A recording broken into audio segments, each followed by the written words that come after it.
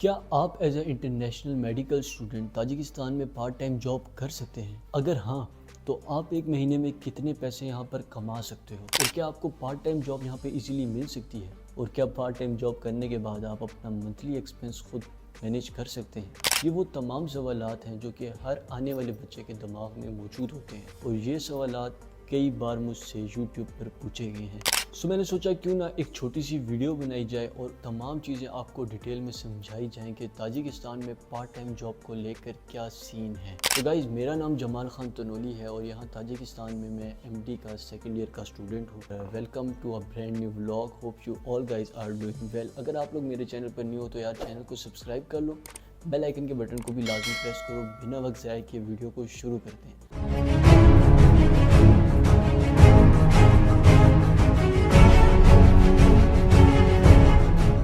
سب سے پہلے میں آپ کو اپنی سٹوری بتاتا ہوں۔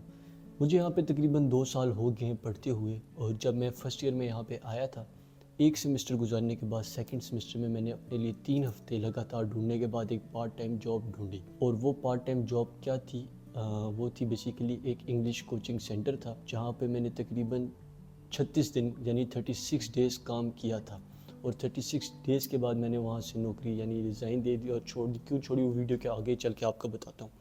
لاسٹ ایئر رمضان کا پورا مہینہ اور رمضان سے 6 دن پہلے میں نے وہ نوکری جوائن کی تھی۔ ان 36 دنوں میں میں اپنی کلاسز یعنی کوئی 4 بجے ختم ہوتی تھی، 4 بجے میں جاتا تھا اس انگلش کوچنگ سینٹر میں، 3-4 گھنٹے وہاں کام کرتا تھا، اور افطاری کے ٹائم مجھے رستے میں ہی گاڑی میں ہی افطار ہو جاتا تھا میرا۔ وہاں پہ 2-3 کھجورے لے لیتا تھا میں اپنے ساتھ، بیگ میں رکھ لیتا تھا، پانی وغیرہ رکھ لیتا تھا، راستے میں افطار کرتا تھا۔ کام وہاں پہ کیا تھا؟ بیسیکلی انگلش کوچنگ سینٹر تھی، وہاں پہ 3 کیٹیگریز تھی۔ پہلی ایک بگنرز کو پڑھانا تھا، ایک میڈیم ٹائپ کے بچے تھے جن کو انگلش سمجھ آتی تھی تھوڑی بہت، ان کو پڑھانا تھا، اور ایک تھا نیکسٹ لیول انگلش جن کی ہوتی ہے، ان کو آئٹس کی تیاری وغیرہ کرانی۔ تو میری خود تو اتنی اچھی انگلش نہیں ہے، کیوں جھوٹ بولوں، مجھے درمیانی آتی ہے، تو مجھے وہاں پہ جاب بھی درمیانی کیٹیگری والی مل گئی۔ تو وہاں پہ بیسیکلی میں نے 36 دن کام کیا۔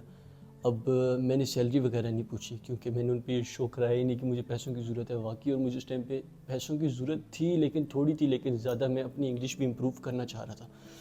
تو وہاں پہ جب میں گیا، میں نے 36 دن کام کیا، تو تقریباً میری اس یونیورسٹی سے مجھے وہاں پہنچنے کے لیے پاکستانی روپے میں 500 روپیہ کرایہ لگتا تھا ایک طرف جانے کا، اور واپسی پہ میں پبلک ٹرانسپورٹ یوز کرتا تھا، یا جاتے ہوئے ٹیکسی پہ، واپسی پہ پبلک ٹرانسپورٹ۔ وہاں پہ میں 36 دن گیا، ٹیکسی کے کرائے الگ لگے، لوکل ٹرانسپورٹ الگ لگی، میں نے کوئی 8-9 روزے میں نے باہر کھولے تھے، اور جو کھانا پینا ہوتا تھا وہ 100 سمونی میں ہوتا تھا، اور 100 سمونی لائک کوئی پاکستانی 3,035 روپے بن جاتے ہیں، 110 سمونی، 115 سمونی۔ میں نے وہاں پہ 36 دن جب کام کیا تو انہوں نے مجھے 36 دن بعد آفس میں بلایا اور بولا کہ آپ کی سیلری ہے۔ وہ انویلپ میں تھی، میں بھی اٹھا کے آ گیا، اور میں نے بڑا خوش تھا کہ پتہ نہیں کتنے پیسے ہوں گے، کبھی بات ہی نہیں کی، اور میرے مائنڈ میں تھا کہ پاکستانی سے تو زیادہ ہی ہوں گے، لائک پاکستان میں ایک ایوریج سیلری 26-27-100 ڈالر ہوتی ہے، تو میرے ذہن میں تھا کوئی 170-160 ڈالر ہوگا۔ تو میں خوشی خوشی مائنڈ بنا کے گیا، ریسٹورنٹ گیا، وہاں پہ کھانا وغیرہ کھایا، تو بیٹھے بیٹھے وہیں پہ جب انویلپ کھولا تو وہ کوئی سمونی میں 700 سمونی تھی۔ اب میرا جو آسان لفظوں میں بتاؤں پارا تھا وہ ہائی ہو گیا، مجھے غصہ آنے لگ گیا کہ یار میں نے اتنا ٹائم دیا ہے، رمضان میں اپنے روزوں میں جاتا تھا، اتنا تھکتا تھا، اتنی ایفرٹ کرتا تھا، اور مجھے اینڈ میں اجرت یعنی کہ جو سیلری دی گئی وہ ہے 700 سمونی، جو کہ پاکستانی آئی تھنک حد مار کے 19-20 ہزار روپیہ بنتا ہے، اور اس سے 2 گنا زیادہ میں نے صرف کھانے پینے اور ٹرانسپورٹ پہ لگا دیا تھا۔ تو اس کہانی کو سنانے کا مقصد یہ ہے کہ سب سے پہلے آپ کو جو یہاں پہ جاب ملے گی، کافی محنت مشقت ڈھونڈنے کے بعد، وہ جاب آپ کو جو آگے سے سیلری دی جائے گی وہ بہت کم ہوگی۔ لائک میں آپ کو ایک مثال اور دیتا ہوں، یہاں پہ جتنے لوگ بھی کام کر رہے ہیں، وہ یہاں پہ جو کام کرتے ہیں ان کو مہینے کے اینڈ میں جو سیلری ملتی ہے وہ 100 ڈالر سے لے کے 150 ڈالر کے بیچ میں ہوتی ہے، جو کہ عام ملازم ہوتے ہیں۔ ایک ہوتی ہے بڑی انٹرنیشنل کمپنیز کے ساتھ کام کرنا، ایک لوکل لوگوں کے ساتھ کام کرنا۔ جب آپ کسی لوکل آدمی کے ساتھ کام کرتے ہو وہ آپ کو 100 سے 150 ڈالر کے بیچ میں سیلری دیتا ہے۔ ایز اے انٹرنیشنل اسٹوڈنٹ یہاں پہ جاب ڈھونڈنا کافی مشکل ہے۔ کیوں؟ وہ بھی میں آپ کو بتاتا ہوں۔ آپ کو یہاں پہ 3 طرح کی جابس ایزیلی مل سکتی ہیں۔ پہلا انگلش کوچنگ، دوسرا آپ کو کسی بھی بڑے ریسٹورنٹس وغیرہ میں جا کے آپ نے انگلش آپ کو آتی ہے تو آپ انہیں بتائیں کہ یار آپ کے ساتھ میں کام کر سکتا ہوں، مجھے انگلش آتی ہے، میں آپ کے گیسٹ وغیرہ کو ڈیل کر سکتا ہوں، مجھ میں ابیلٹی ہو، آپ ایک بار چیک کر لو کہ یار میں آپ کے جو کوئی ایسا کسٹمر آپ کا آتا ہو جس کو انگلش آتی ہو اور آپ کے پاس کوئی بندہ نہ ہو تو آپ مجھے رکھ لو تو میں اس کے ساتھ کمیونیکیٹ کر لوں گا. ایک یہ جاب ہوگی. تیسرا آپ کو کال سینٹرز وغیرہ پہ بھی جاب ایزیلی مل سکتی ہے. دوسرا اگر آپ کے پاس کوئی اسکل ہے گرافک ڈیزائننگ ویڈیو ایڈیٹنگ تو اس سے ریلیٹڈ جاب آپ کو مل سکتی ہے, لیکن وہ بہت مشکل ہے. وہ اس شہر سے دوسرے شہر میں ملتی ہے. دوشنبے میں آپ کو کافی مشکل سے ملے گی. اگر ملے گی بھی تو آپ کو بڑی جو کمپنیز ہیں ان کے ساتھ آپ نے جا کے بات کرنی ہے کہ یار میں آپ کی پوسٹ وغیرہ بنا دوں گا, آپ کے لیے کوئی ویڈیو ایڈیٹنگ کا کام کر دوں گا, تو آپ مجھے رکھ لو. یہ 3 طرح کی جاب آپ کو ملیں گی, لیکن اگر مل بھی گئی تو کافی مشکل سے ملیں گی. اور ملنے کے بعد جو سیلری ہوگی وہ بالکل ہی کوئی لائک $170 ہاتھ مار کے $170 اور منیمم 120 130. اب یہاں پہ جابس آپ کو کیوں نہیں ملیں گی میں آپ کو بتاتا ہوں. دیکھیے مثال کے طور پہ آپ نے پاکستان میں ایک مارٹ بنایا ہے, ٹھیک ہے. اب آپ مارٹ پہ کروڑوں روپے کی انویسٹمنٹ کرتے ہو, اور کروڑوں روپے کی انویسٹمنٹ کرنے کے بعد آپ وہاں پہ امپلائی رکھ لو عربک, جو عربی بولتا ہے. اب آپ نے مارٹ بنایا پاکستان میں, لوگوں کو آتی ہے اردو زبان. ایک کسٹمر آئے گا وہ اردو میں بولے گا مجھے دودھ چاہیے اور 2 کلو چینی چاہیے. اب وہ عربی والے آدمی کو تو پتہ ہی نہیں ہے دودھ کیا ہوتا ہے چینی کیا ہوتی ہے, تو وہ کس طرح آپس میں کمیونیکیٹ کریں گے.